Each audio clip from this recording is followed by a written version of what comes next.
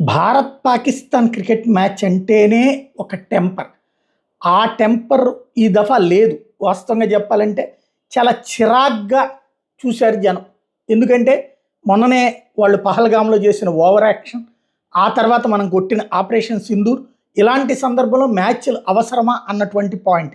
అందుకనే ఫస్ట్ మ్యాచ్లో ఏకపక్ష విజయం సాధించిన అంత ఫీల్ రాలేదు జనంలో. ఆ తర్వాతన మళ్ళీ సూపర్ 4లో పాకిస్తాన్ని ఓడించిన ఫీల్ రాల. కానీ ఆ రోజున పాకిస్తాన్ గాళ్ళ ఓవర్ యాక్షన్ ఏది, మనోడు వికెట్ పడిపోతే కూల్చేసినట్టు, విమానం కూల్చేసినట్టు, లేకపోతే మనోళ్ళని అవుట్ చేసినటువంటి సందర్భంలో మిస్సైల్ పడిపోయింది అన్నట్టు, విమానం పడిపోయింది అన్నట్టు, ఇట్లాంటి బిల్డప్లు ఇచ్చుకుంటూ వచ్చారు. దాంతో జనాలకి విసుగు పుట్టేది, అంటే అసహ్యం వేసింది. పాకిస్తాన్ అంటే చిరాకేసింది. దాంట్లో కూడా అద్భుతమైనటువంటి విజయం సాధించింది భారతదేశం.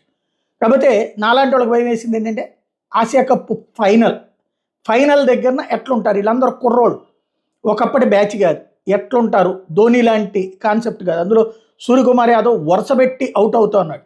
ఇప్పుడు ధోని ఏంటంటే తను పెద్దగా స్కోర్ చేయకపోయినా జట్టును గెలిపించడంలో, లీడ్ చేయడంలో సిద్ధవస్తాడు. అట్లాంటిది ఇవాటి పరిస్థితి ఏంటి అనుకుంటున్నటువంటి సందర్భంలో పాకిస్తాన్ వచ్చేటప్పటికి ఫస్ట్లోనే 2 వికెట్లు తీసేసేయడంతో ఇంకేంటి పరిస్థితి అన్నటువంటి, ఇక అయిపోయిందేమో అనుకున్న దశలో తిలక్ వర్మ కొట్టిన కొట్టుడు మామూలు కొట్టుడు కాదు, ఊచ కొట్టుడు అనే పదానికి అర్థం ఏంటి అన్నటువంటి చూపించాడు. దాని ఇంపాక్ట్, ఘనమైనటువంటి విజయం సాధ్యమైంది. ఈ విజయంలో ప్రత్యేకత ఏంటంటే, ఒకటి 5 వికెట్ల తేడాతో విజయం ఒకటి, రెండవ పాయింట్ వచ్చేటప్పటికి లక్ష్యాన్ని అద్భుతంగా ఛేదించడం ఇంకొకటి, గ్యారంటీ అందులో ఆసియా కప్పు తీసుకోకపోవడం, మీ దగ్గర నుంచి మేము తీసుకోమని ఇండివిజువల్ కప్స్ వేరే వాళ్ళు ఇచ్చి తీసుకున్న పాకిస్తాన్కి సంబంధించినటువంటి వ్యక్తి ఇచ్చేటటువంటి చేతుల మీదుగా కప్పు తీసుకోమని తేల్చి చెప్పాడు.